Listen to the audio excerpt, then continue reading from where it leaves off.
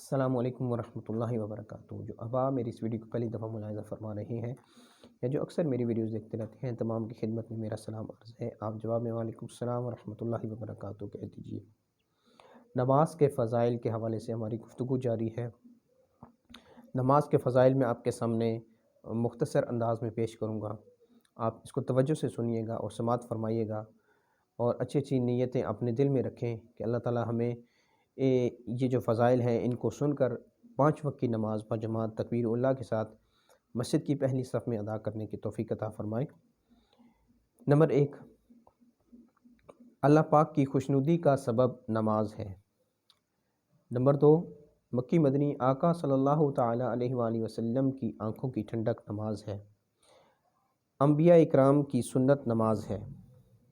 نماز اندھیری قبر کا چراغ ہے۔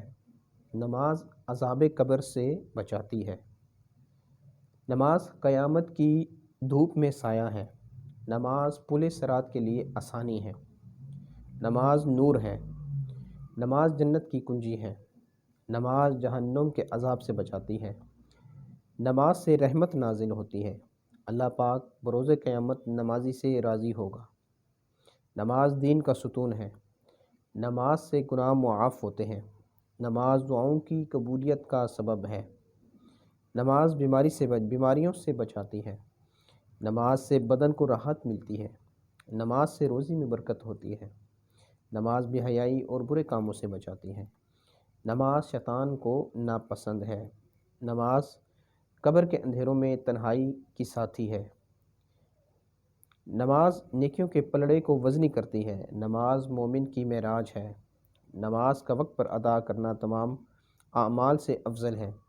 تو آپ نے سنا نماز کے کتنے پیارے فضائل جو میں نے آپ کے سامنے پیش کیے۔